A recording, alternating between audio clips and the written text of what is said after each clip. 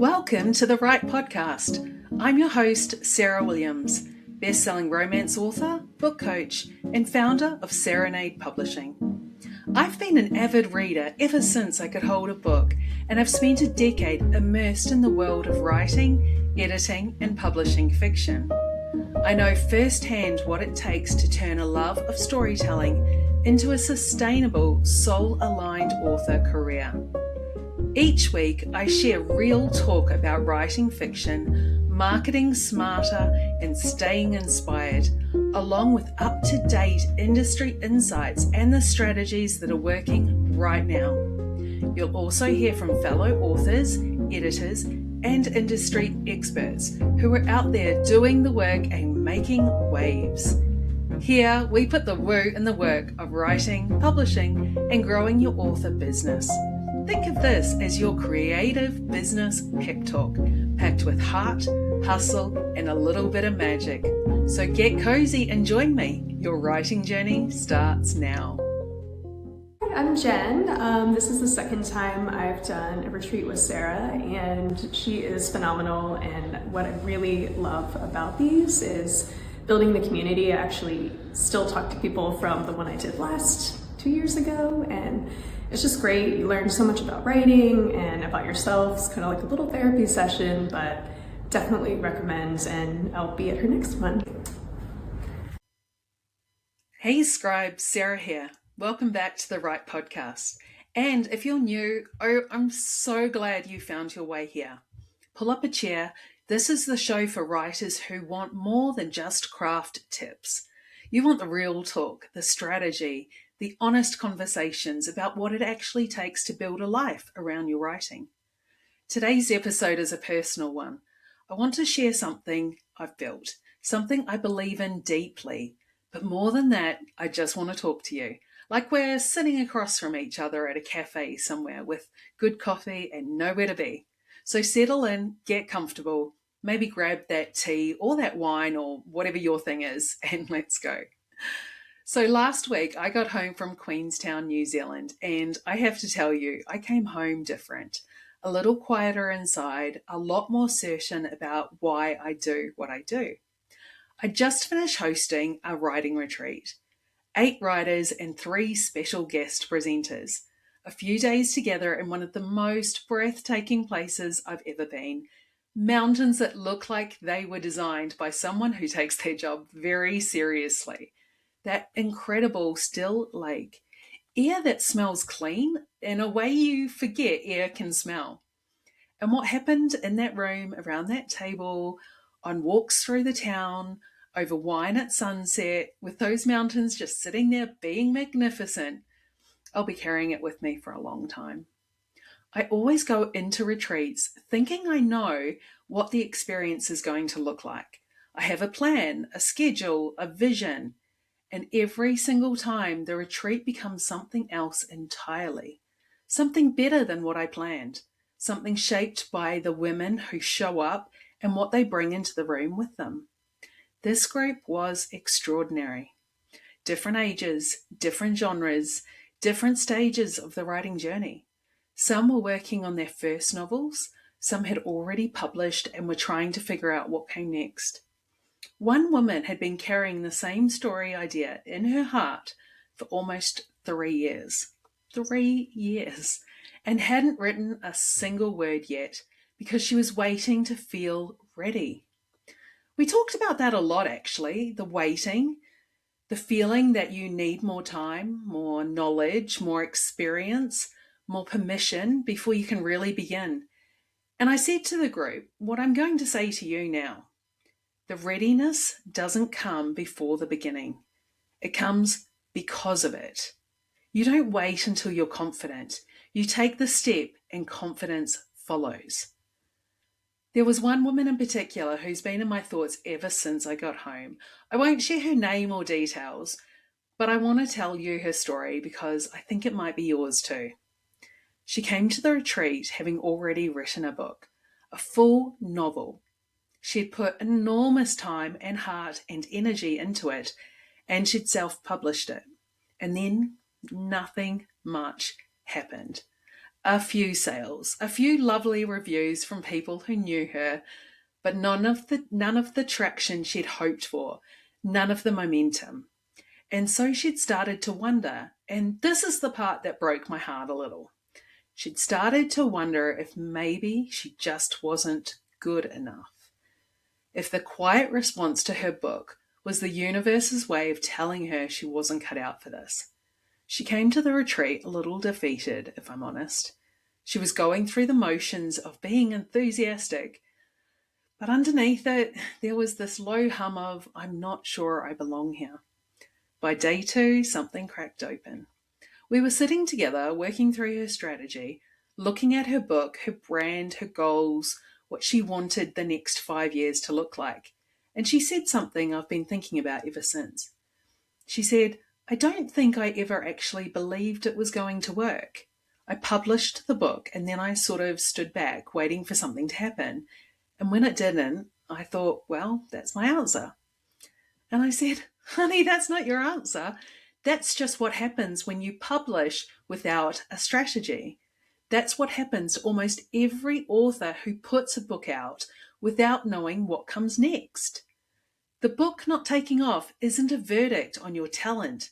It's just a gap in the knowledge.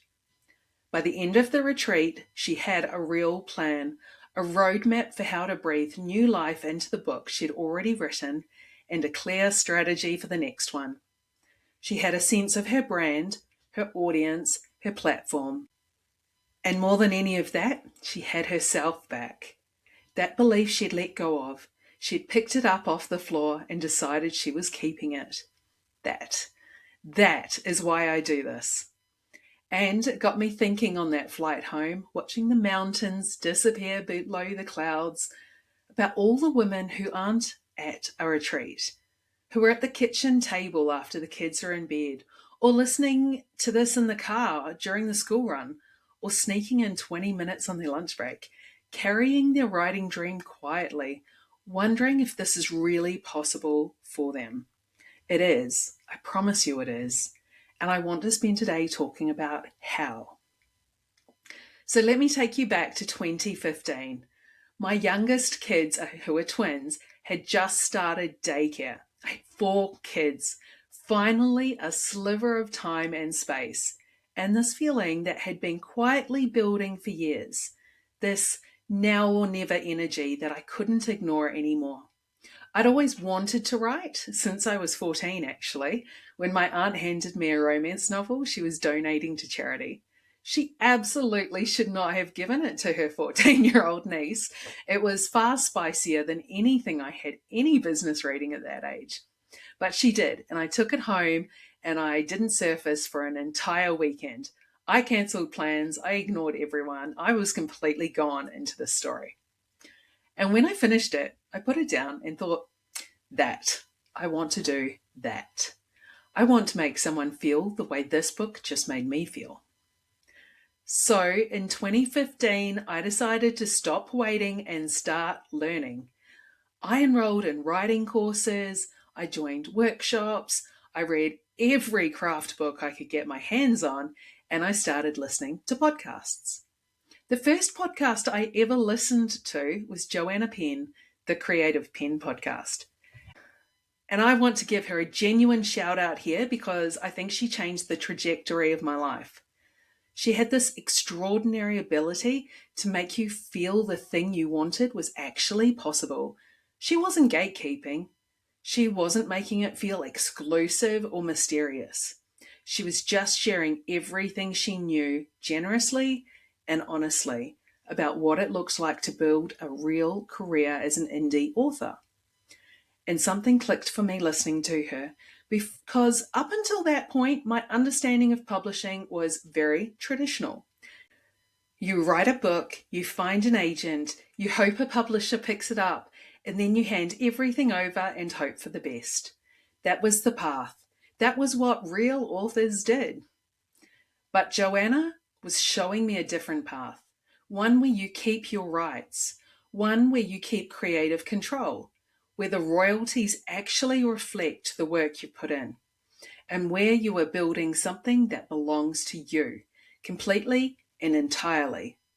Now, I want to be clear, I am not anti-traditional publishing. If one of the big five came knocking tomorrow, I'd absolutely have that conversation. There's a time and a place for everything in this industry. But in 2017, as a debut author in Australia, what I understood about those deals, the royalty percentages, what you give away in terms of rights and copyright, the loss of creative control over things like your covers and your titles, all of it made me think, absolutely not. Not yet, maybe not ever. And part of that thinking comes from my dad. My dad is an entrepreneur, has been his entire life, an inventor of technology, someone who has always backed himself, always trusted his instincts about where opportunity lives. And the thing about growing up with a father like that is that it shapes how you see the world. It shapes how you think about risk and ownership and what it means to build something. I absorbed his mindset before I even knew I was absorbing it. And in case you think the entrepreneurial fire fades with age, this man invented a brand new way of distilling rum at 76 years old. 76. So if you're ever tempted to tell yourself you're too old to start something, I will simply refer you to my father. When I started getting serious about publishing, he and I had some really important conversations. He helped me think through the business side of it. What it meant to own your intellectual property, what it meant to structure things properly from the start so that what you built was genuinely yours. He helped me see my books not just as creative projects, but as assets, things with long-term value, things worth protecting. And so I created Serenade Publishing, not because I was against the traditional path, but because I wanted to keep as much of my profit as possible, protect my copyright and intellectual property, and maintain complete creative control over my work. I wanted to build something where the decisions were mine, where I chose the covers, the titles, my release schedule, my pricing, my formats, where the rights stayed with me. In 2017, that was not the popular decision. I want to be honest about that. Self-publishing still carried a stigma back then. People genuinely looked down their nose at it. Other writers would raise their eyebrows. People in the industry would give you this slightly pitying look, like you'd chosen the consolation prize because the real thing hadn't worked out. But I had listened to enough of Joanna Penn to know that those people were behind the curve. I had watched what was happening internationally. The indie authors who were building extraordinary careers and keeping the lion's share of what they earn. I had my dad's voice in my head reminding me that owning your business, owning your assets, is always worth the extra work. So I held my ground. And you know what's funny? Those same people who looked down their nose at self-publishing in 2017 are now coming to me and asking how I did it. The industry has caught up. The conversation has completely changed, and I am so glad I didn't wait for permission. I published The Brothers of Brigadier Station in 2017, and it hit the bestseller list. And that was just the beginning, because I had built it on the foundation that was mine. The rights were mine, the royalties were mine, the decisions were mine, and from that foundation, everything else grew. That book still earns income today, 8 years later. I've had it translated into German, Portuguese, a bunch of other languages. I produced audiobooks. I created special edition hardcover box sets. One book built on a solid business foundation became multiple income streams across multiple years. That is what's possible when you think like an author CEO from the very beginning. Now, I have 10 published novels. I run Serenade Publishing. I organised the Sunshine Coast Fiction Festival, which last year had over 800 people walk through the doors. I run retreats all over the world. I host this podcast and I mentor writers through a program I've built specifically to help them do what I did, just with a clearer map and less trial and error. So, author CEO, let me unpack that a little because I know it can sound a little bit corporate for something as personal as writing. Author CEO doesn't mean you stop being an artist. It doesn't mean you turn your creative practice into a soulless content factory. It doesn't mean you spend more time on spreadsheets than on sentences. What it means is that you hold two things at once: the creative and the strategic, the heart and the head, the love of storytelling and the understanding that storytelling is also, if you want it to be, a business. And it starts, this is so important, it starts with identity. Most women writers I talk to hover in the doorway of their own dream for years. They use language that shrinks them. I'm sort of working on something. I'm kind of a writer. I've been toying with this idea, toying with it, as if the dream is something they're not quite sure they're allowed to take seriously. I was the same. For years, I would say things like, I write a bit, in a tone that was basically apologizing for having an ambition, as if wanting to be a published author was somehow presumptuous or naive, as if the desire itself needed to be qualified and softened and made smaller so that it wouldn't make anyone uncomfortable. And then I stopped doing that. I just decided to stop. I started saying, I'm an author, before I had a single published book, before I had a single sale, before I had an external proof that it was true. And something shifted so quickly it almost scared me. The conversations I was invited into changed. The opportunities that appeared changed. The way I made decisions about my time changed. The way I showed up online, in rooms, in my own head changed. Your identity shapes everything. It shapes how you invest your time, how you talk about your work, what you say yes to, and what you walk away from. So you cannot wait for the world to confirm it before you claim it. You have to claim it first and let everything else follow. Now, alongside the identity shift, an author CEO understands that the book is not the destination, it's the beginning. I think so many women, and I wonder if this is a particularly female tendency, this thing of working so hard toward a goal and then not knowing what to do when you reach it. I think so many of us pour everything into writing the book and then we publish it and then we just wait. We hope. We check our numbers. We try to be patient. And when the world doesn't immediately respond the way we dreamed it would, we conclude that maybe we're just not good enough after all. But that's not what's happening. What's happening is that the book came out without a strategy behind it, without an audience that was ready, without a plan for visibility, for community, for the long game. Your book can have such a long, beautiful life if you give it one. But that requires you to think beyond the launch.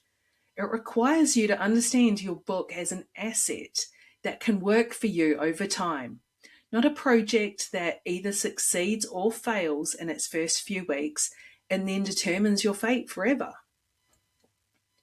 Remember what I said about my dad, about owning your assets, protecting what you've built. That applies to your books just as much as it applies to any other business. Your intellectual property is valuable. Your copyright is valuable. The rights to your stories are valuable. And the decisions you make early on about how you structure your publishing, they matter far more than most writers realize when they're just starting out. That's the author CEO mindset. And once you have it, it changes the way you approach everything.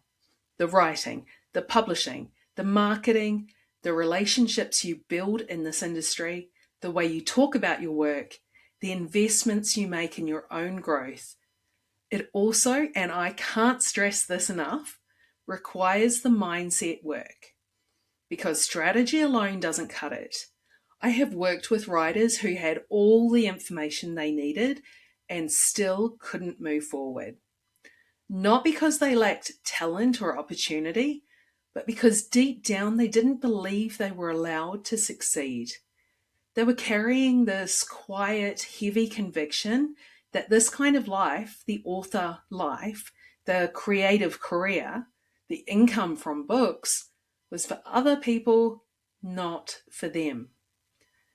That's the work that goes on underneath the strategy, and it's just as important as the tactics. So, let me tell you what I've created. The Author CEO is a private one-on-one mentorship, and I want to be upfront. This is specifically designed for women writers, women who are writing adult fiction, romance, fantasy, crime, thriller, historical, paranormal, the big, beautiful genres where women absolutely dominate as both writers and readers. Not children's books, not picture books, not nonfiction. Adult fiction. That's where my expertise lies, and that's where I can genuinely help you the most. Here's who this is for. It's for women who have taken some real steps. Maybe you've finished a manuscript, maybe you've published something, maybe you're nearly there, but you feel lost about what to do next. You've got the creative part, you love writing, you might even be really good at it, but the business side feels murky or overwhelming or just completely foreign.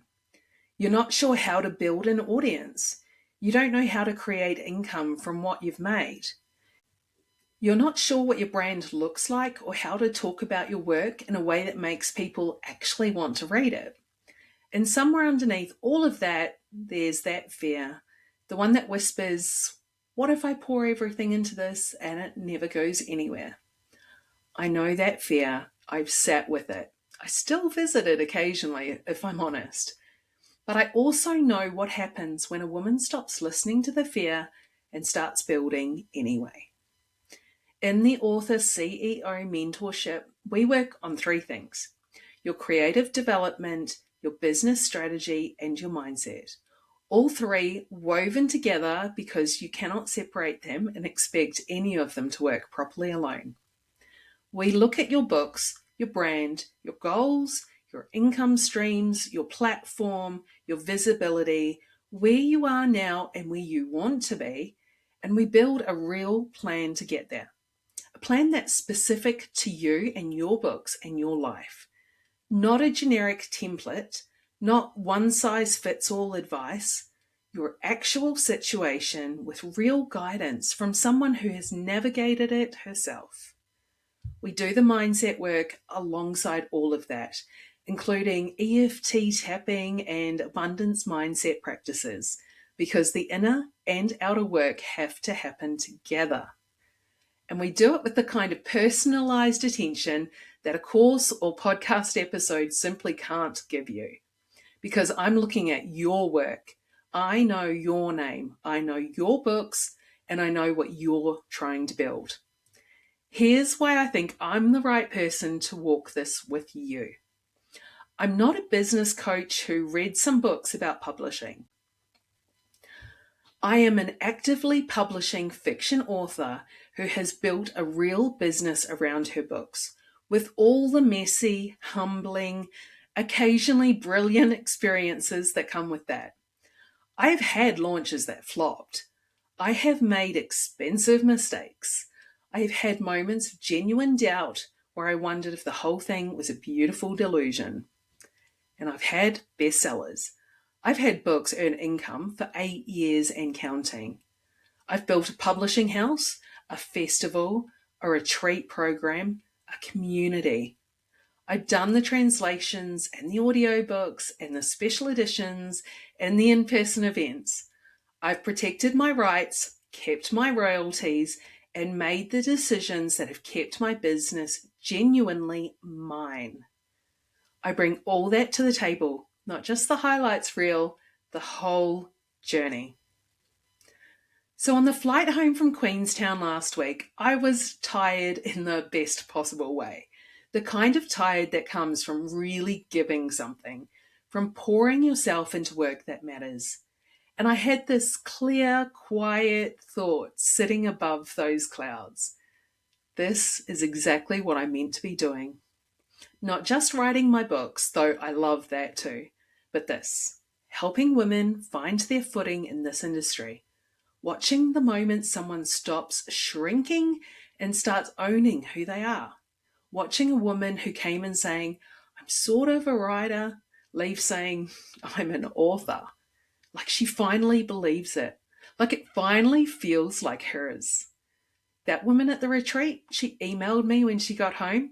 She said she'd sat down the next morning and written 2,000 words, just like that. Because the block wasn't a writing block, it was a belief block. And once that shifted, the words came. And that's what I want for you. If something in today's episode has landed for you, if you've been nodding along or feeling that little flutter of, this is me, this is what I need, I'd really love to work with you. You can find all the details about the Author CEO mentorship at serenade.com/the-author-CEO. There's an application to start because I want to make sure we're a genuine fit before we commit to working together. And then we'll have a clarity call where we can really dig into where you are and what's possible. If you're earlier in your journey, still in the writing stage, not quite ready to think about the business, Fiction Writing Academy is there for you. It's everything you need to build a strong creative foundation. Same website, serenadepublishing.com. And if you just want a gentle place to start, download the free brainstorming fun sheet. It's on the website too. Simple, free, and genuinely useful for getting unstuck and reconnecting with your ideas. Thank you for spending this time with me today. I know your time is precious. I know there are 100 other things competing for your attention, and you chose to spend some time with me. I don't take that lightly. If this resonated, share it with the women in your life who are carrying writing dreams quietly. The ones who say, I've always wanted to write a book, or I'm sort of working on something. Send it to them. You might just be the reason they finally take the step. And my dad would tell you, it's never too late to start. The man invented a new way of distilling rum at 76. You are never too old to go after your dreams. I'll see you next week. Until then, stop saying sort of, stop saying kind of, stop quietly apologizing for the size of your dream. You're an author, a whole one, no qualifications needed. Own it. Bye for now. Thanks so much for listening to the Write Podcast. If you enjoyed today's episode, it would mean the world if you'd leave a review and share the show with your writer friends. It helps more creatives find their way to us. And don't forget to follow Serenade Publishing on Instagram and TikTok for more writing tips, publishing advice, and exciting events to keep you inspired. Keep writing, keep dreaming, and know that I'm here to support you every word of the way.